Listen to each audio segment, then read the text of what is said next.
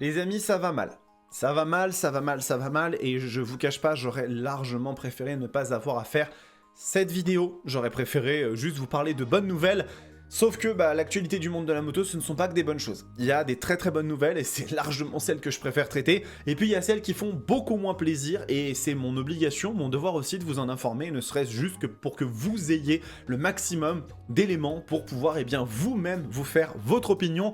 Vous le savez actuellement, KTM est en crise, il y a des chiffres qui ont été annoncés par le groupe Piran Mobility, qui est la maison mère qui gère notamment KTM, GazGaz, Husqvarna, MV Agusta, etc. etc. et beaucoup de choses qui sont un petit peu inquiétantes, forcément le groupe est assez, on va dire, criblé de dettes pour être relativement droit au but, il y a des problèmes qui sont annoncés, et Stéphane Pierrer, le PDG du groupe, a fait une annonce il y a peu de temps, j'en ai parlé hier directement dans une vidéo, pour rassurer les marchés, les investisseurs, les clients que cela n'impacterait pas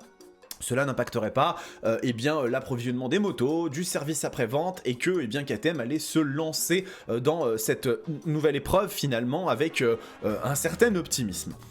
Le problème, c'est que de nouveaux chiffres sont tombés, et en fait ces chiffres montrent des inquiétudes qui sont significativement plus grande que celle dont on pouvait imaginer au départ, et ces inquiétudes viennent même à arriver aux sphères politiques autrichiennes, puisque des ministres se sont exprimés tout simplement en étant abasourdis par les chiffres qui sont actuellement annoncés. Donc on va en parler aujourd'hui, c'est un article qui m'a été transmis par l'un d'entre vous, donc je vous en remercie. N'hésitez pas, si vous avez des informations comme ça que j'aurais pu omettre, vous êtes maintenant nombreux quand même à m'envoyer des messages, à me dire tiens, il y a ça ou ça dont tu pourrais parler. Je n'ai pas la capacité de faire la veille informationnelle de tous les sites, de tous les organes de presse qui peuvent traiter de moto, donc n'hésitez pas quand vous pensez vraiment que c'est des choses qui sont importantes. Mes DM sur Instagram sont ouverts, mon mail aussi, et si c'est quelque chose de pertinent et qui est vraiment intéressant, je me ferai un plaisir de le relayer pour que le plus de personnes aient l'information. Bonjour à toutes et à tous, on se retrouve pour un nouvel épisode de Moto Bistro consacré à l'actualité du monde de la moto, et donc aujourd'hui, comme vous vous en doutez, nous allons parler de KTM et de cette crise que traverse actuellement le constructeur autrichien et sa maison mère Piran Mobility.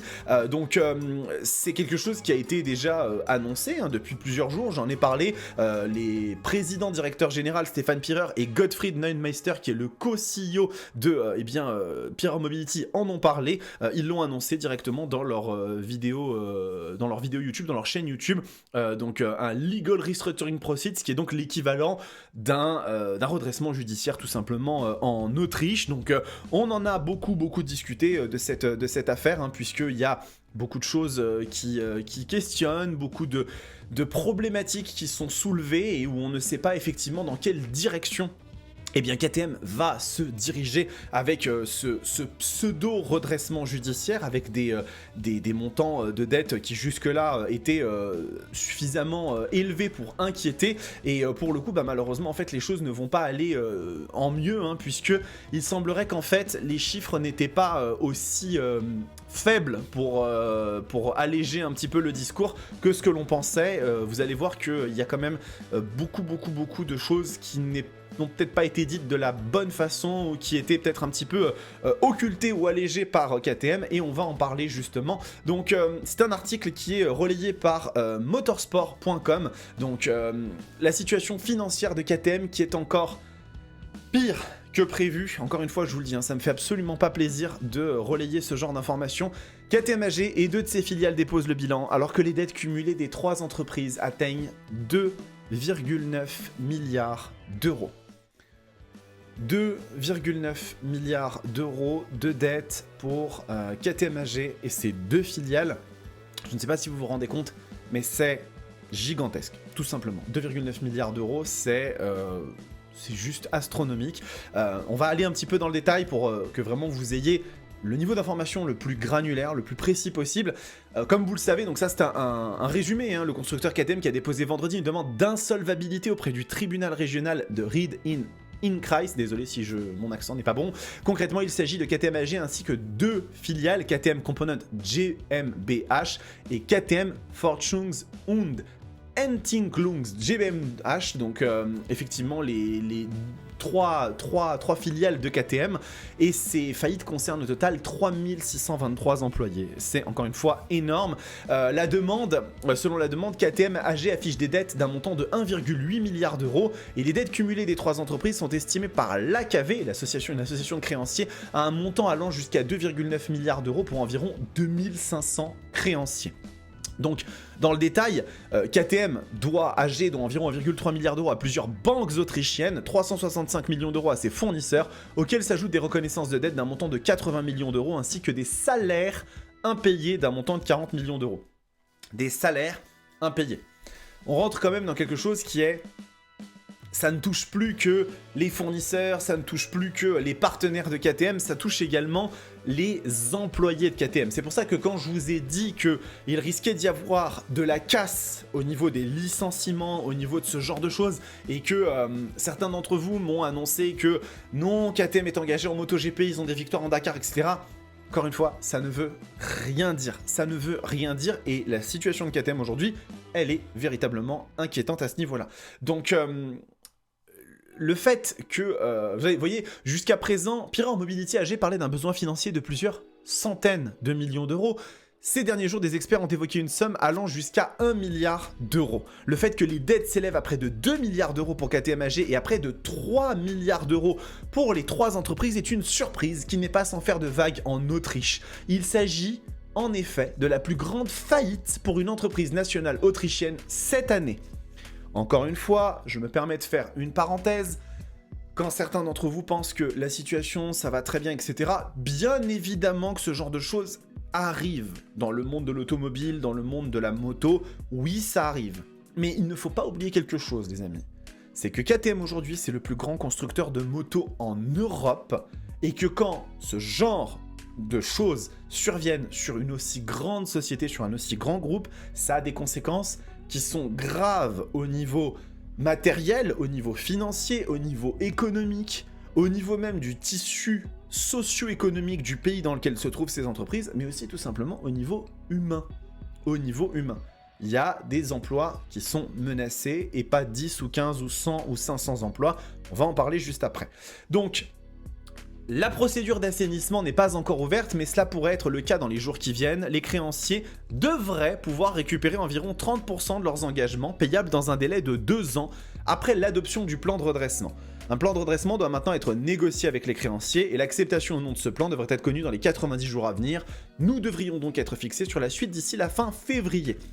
Le ministre autrichien du Travail et de l'économie, Martin Kocher, donc comme je vous le disais, quand j'expliquais au début de cette vidéo que cette situation chez KTM inquiète au plus haut point, et même dans les sphères économiques et politiques, c'est que le ministre autrichien lui-même du Travail et de l'économie a pris la parole sur le sujet et qui a dit « J'attends de KTM des réponses claires sur la manière dont on a pu passer si rapidement d'une bonne situation bénéficiaire et de bonnes perspectives à une procédure de redressement. » C'est hallucinant.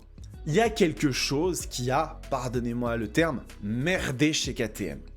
On va très probablement avoir la possibilité, peut-être dans les jours à venir, de faire une vidéo sur les raisons de cette déliquescence de KTM, qui s'explique à plusieurs niveaux, mais il y a quelque chose qui a véritablement déconné. KTM est vraiment passé d'une situation extrêmement bonne à aujourd'hui 3 milliards de dettes sur 3 des sociétés du groupe mère, ce qui est gigantesque. Et comme je vous le disais, et c'est ça qui est véritablement un problème, c'est qu'il y a des milliers d'emplois menacés. Les 3623 employés concernés ne recevront pas leur salaire de novembre ni leur prime de Noël de la part de leur employeur. Je ne sais pas si vous vous rendez compte que on en est à une situation où les sociétés concernées qui engagent 3600 personnes ne seront pas en mesure de leur payer leur salaire. Alors, la situation est légèrement compensée parce que ces émoluments devraient être versés par le biais du fonds de rémunération de l'insolvabilité, mais cela peut prendre des mois. Ce qui veut dire que là, actuellement, dans une période où vous le savez, c'est quand même une période un petit peu importante, Noël. On a envie de pouvoir faire plaisir à nos proches, notre famille, pouvoir acheter les cadeaux, et puis juste, de toute façon, pouvoir vivre. Et là, il y a 3600 personnes qui non seulement ne vont pas recevoir leur salaire de Noël, enfin leur salaire de novembre, et leur prime de Noël. Donc un manque à gagner quand même, j'imagine, assez significatif. Donc si on continue, KTM a en revanche annoncé que les salaires de décembre seraient versés dès la semaine prochaine. Merci beaucoup. Il est également confirmé que 500 emplois supplémentaires seront supprimés d'ici la fin de l'année.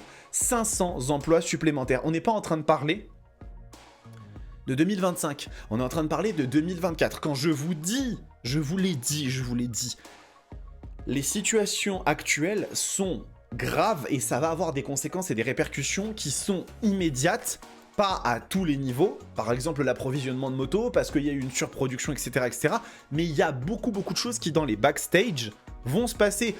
Vous vous doutez bien que si 3 sociétés liées à KTM, au niveau de leurs fournisseurs, au niveau de la création de composants, etc., sont à 3 milliards de dettes, il y a forcément un moment ou un autre où ça va casser. Il y a forcément un moment ou un autre où la chaîne d'approvisionnement globale, elle va être en rupture. Elle ne le sera pas peut-être pendant le mois de janvier, de février ou de mars, mais tôt ou tard, ça va avoir des conséquences qui sont véritablement graves. Et si on continue, en janvier et février, la production à Mattighofen sera arrêtée. La production à Mattighofen sera arrêtée. Je ne peux pas insister suffisamment sur cette phrase. La production va être arrêtée pendant 2 mois, associée à un système de réduction du temps de travail à 30 heures. Jeudi soir, le directeur du service pour l'emploi en Autriche, AMS, Johannes Kopf, a déclaré à l'ORF de nombreux employés de KTM, mais aussi des personnes qui vivent à Mattighofen et dans les environs, pour qui cette entreprise est si importante, ne comprennent absolument pas ce qui s'est passé. Est-ce que vous vous rendez compte quand même de l'ampleur de ce qui est en train de se produire? On n'est pas dans une situation où on a vu les choses arriver, tout le monde était au courant, ça peut arriver dans des sociétés d'avoir un déclin lentement mais sûrement sur des choses. Non, le directeur du service pour l'emploi en Autriche lui-même explique que on comprend pas ce qui s'est passé. On ne comprend pas ce qui est arrivé avec KTM. La situation est incompréhensible. Comment le constructeur, le groupe, ont pu passer si rapidement d'une situation extrêmement bonne à 3 milliards de dettes. Et un plan de redressement, des potentielles faillites, etc. etc. Au printemps, les bénéfices de l'année précédente étaient encore versés. En été, le propriétaire a acheté une autre entreprise, Rosenbauer. Et maintenant, le bilan est déposé. Je veux exprimer aux gens non seulement notre soutien, mais aussi ma sympathie. C'est un coup dur. Un coup dur qui pourrait avoir de graves conséquences sur d'autres entreprises et fournisseurs qui risquent d'être grandement impactés par la situation de KTM. L'article ici de Motorsport est clair et net. Clair et net. Il va y avoir des conséquences sur KTM. Il va y avoir des conséquences sur MV Agusta, sur GasGas, sur Husqvarna, sur toutes les entreprises qui dépendent de Pireur Mobility. Parce que c'est un effet domino. Et que la société se retrouve à avoir des problématiques qui peuvent amener à des potentielles fermetures de sociétés, un rachat par certains grands groupes, vous le savez, on en a parlé, Bajaj, CF Moto, qui pourraient notamment être intéressés par une plus grande participation au sein du groupe même, ou voire un rachat total. Je pense véritablement que nous avons un après, un avant et un après cette situation. Et KTM, la société de motos qui fabrique des motos, ne sera plus jamais la même. En mal, en bien, c'est quelque chose dont je n'ai absolument pas aujourd'hui les clés suffisantes pour vous dire oui ou non. À l'heure actuelle, il y a une situation qui est problématique, il y a une situation qui menace des milliers d'employés, qui va faire perdre 500 emplois à des personnes déjà dans cette liste-là, des salaires qui ne sont pas versés, des primes et des salaires qui seront versés avec des mois de retard, et véritablement une situation dans le rouge foncé pour KTM.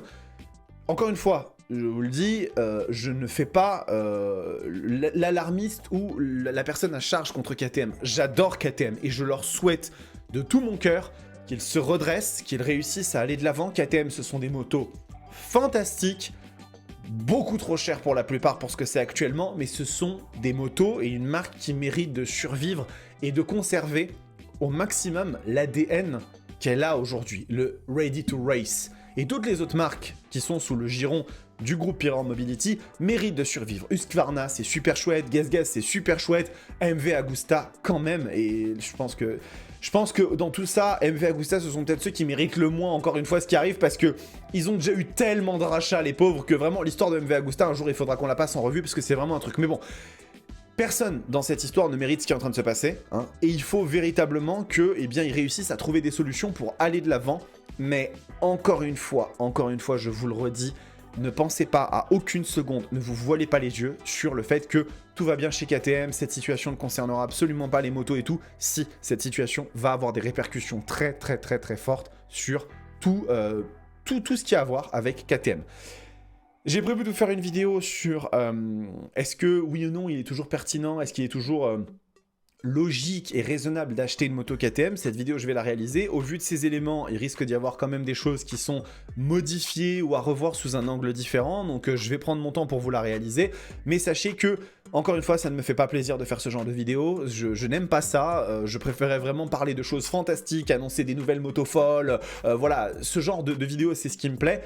Mais ça fait partie de l'actualité. Certains d'entre vous sont peut-être dans l'attente d'acheter une moto KTM, ont peut-être besoin d'avoir plus de clarté et de visibilité sur ce qui se passe. C'est la raison pour laquelle je vous fais ce genre de contenu. Cette vidéo est terminée, les amis. J'espère qu'à défaut de vous avoir plu, ça vous a informé tout du moins. Si vous aimez le contenu de la chaîne, n'hésitez pas à vous abonner et à activer la cloche de notification. J'essaie d'être toujours le plus réactif sur les news, sur l'actualité. Et on se retrouve bien évidemment très vite pour beaucoup d'autres contenus, beaucoup d'autres vidéos. Vous avez plein de choses qui vous attendent sur la chaîne. Donc surtout, n'hésitez pas eh bien, à consulter un petit peu le catalogue de la Roadsters TV. Et en attendant, prenez soin de vous, kiffez vos bécanes. Ciao!